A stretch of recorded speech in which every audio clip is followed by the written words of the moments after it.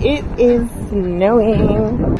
I'm on my way to the fabric store to see if I can get some gingham fabric. I also feel like my eyelash is falling off, but that's okay. I'm looking for a particular type of gingham fabric where the boxes are like bigger than normal.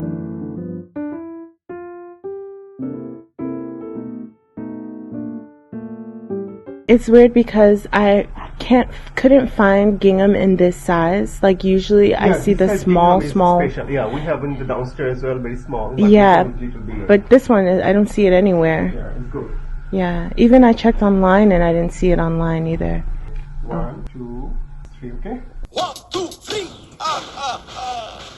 Yay! So I'm finally back home, away from that cold, snowy weather. And the first thing that I want to get started with is the bucket hat. I have made a bucket hat before, but when I made it with the intention of it fitting over my afro. I'm going to go ahead and take the circumference of my head, and it's great that my hair is out like this because then I know that it's going to fit.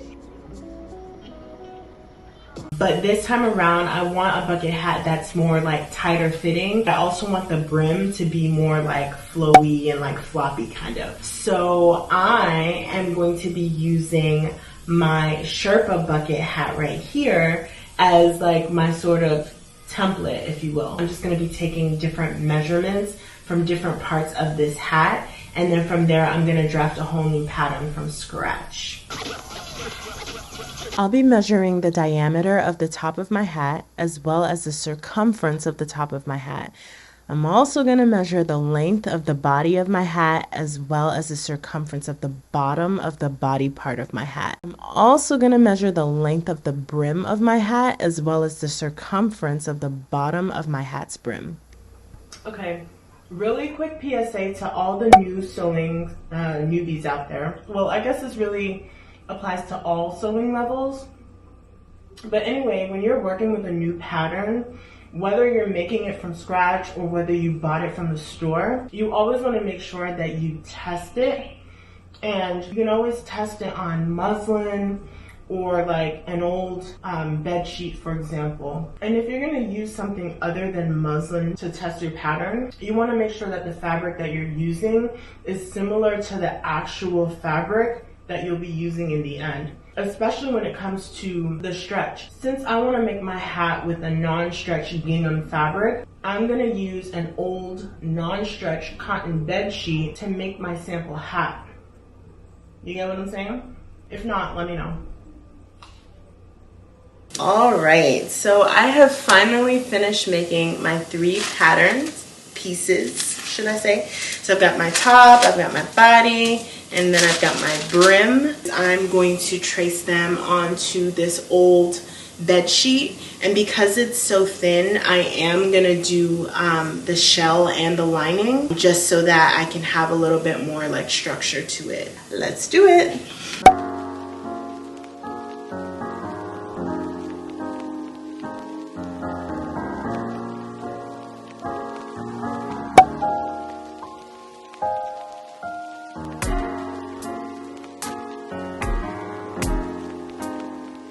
Alright, so this is what the test pattern is giving. You can see like it's a little puffy. I think it probably looks a little strange in the back. I think once my hair is like flat, I'll probably wear a wig with this. The hat will get in formation. But the general concept, the general idea is there. I'm not gonna make any changes to the pattern. That was a lie. Okay, so this is the part where I say, if you've been enjoying this video so far, you should go ahead and hit the like button. And if you haven't already, you should subscribe because, I mean, why not? I've got some really dope and detailed sewing tutorials on this channel, so you should go and check out my other videos. Just saying. Okay, so where was I? Let us make some pants. Before I make the final pant pattern, I want to test my pants block. I do have a sample set of pants, and this is based on like just the block itself. So I want to try these on first to just get a general sense of if my measurements are the same. let's go ahead and try them on. Okay, so this is the test pattern block, and I'm so happy because it still fits. So that means that I can use the same block, but the only thing I have to do is just adjust the waistline. So I have my pattern pieces of the back pattern, and I didn't make any changes to this. All I did was I added seam allowance. And that's really it. Then I have my front pattern. This one I do need to make adjustments to the waistline, as I mentioned before, but I did start adding the seam allowance, so I'll finish adding it once I've adjusted the waistline. Starting from the top edge, I'm gonna measure and mark 2.5 inches, and I'm literally gonna draw a line from this mark to there. Okay, and then I'm just gonna finish adding the seam allowance all around.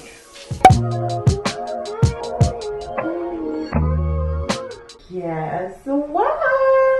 I finished the test pattern for the pants. So this is what the waistline is giving. I'm not sure if you can see how it's like a V shape.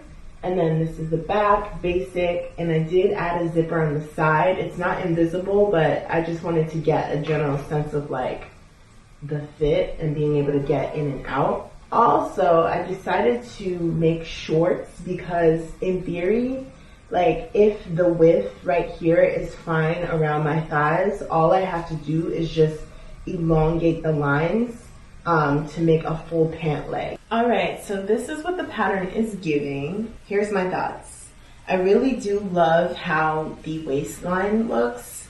It's exactly the shape that I envisioned. I think the fit overall is good, but the thing that I don't like is there's like creasing here, and I don't remember if it was like that on the test pattern. I'm not a huge fan of it. I think a solution for it might be to kind of make the sides a bit more taut, so that way it's like it doesn't have the opportunity to kind of drop down. I don't want to make it too tight that I'm, you know, creating a muffin top.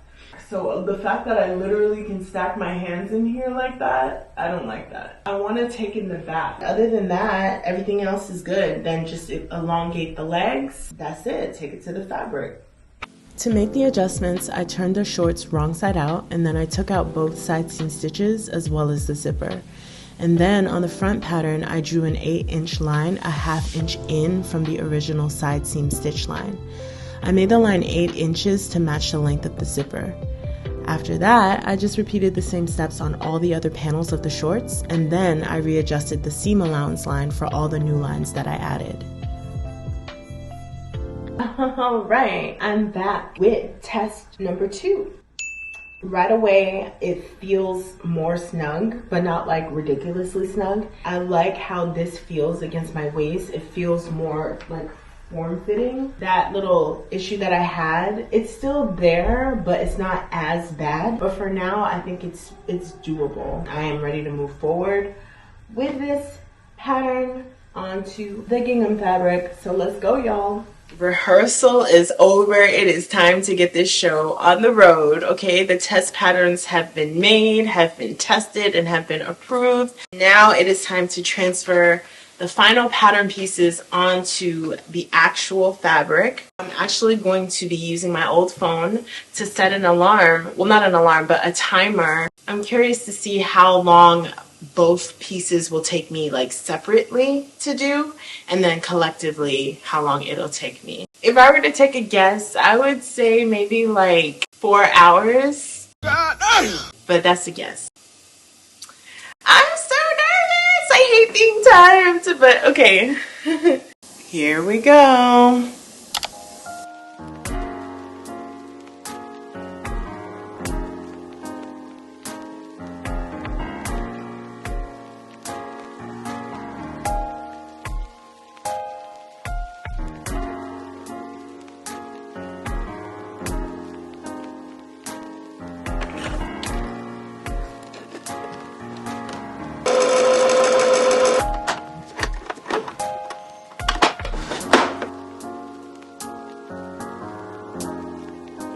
Okay, timer is at 1 hour and 8 minutes, and in that time I made a whole lining piece for the hat. Now, technically, if I wanted to end here because this is good enough, then it would be an hour to make a bucket hat, which is actually really good. But I'm going to repeat the same exact steps for the outer part, like for the shell, and then I'm going to sandwich them together, and that'll be that. If you want like a detailed tutorial on how to make a bucket hat, like how to make the patterns and how to sew the patterns, then you should check out this tutorial right here.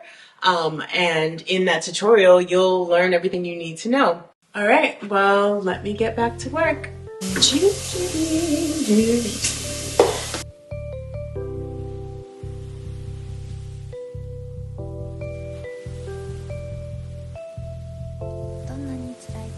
Hi! So this is where we're at with time. Technically, it's not an hour and 31 minutes. Technically, it's an hour because I spent about 30 minutes installing the lining and taking it out after I decided I didn't like how it looked. So we're at an hour. I'm going to take the pant patterns and I'm going to trace them onto Le Fabrique. Hey, bye. Okay, so here I'm just tracing the pants pattern onto my gingham fabric, and since my test pattern was shorts, I just used another wide leg pants pattern and then traced the width of those legs since they had the same look that I'm going for.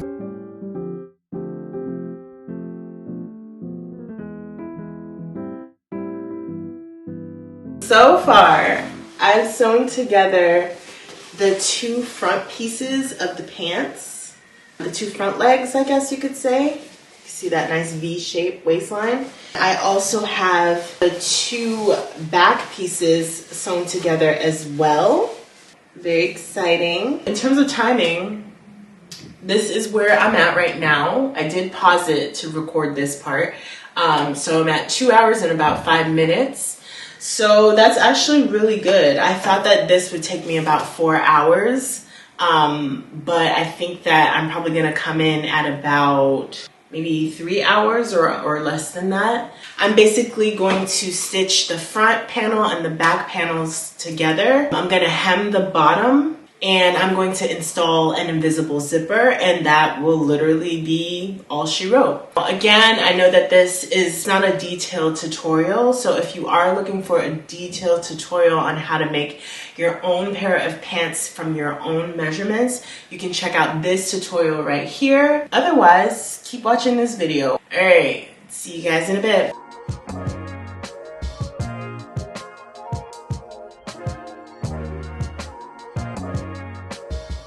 Sis said, "What zipper?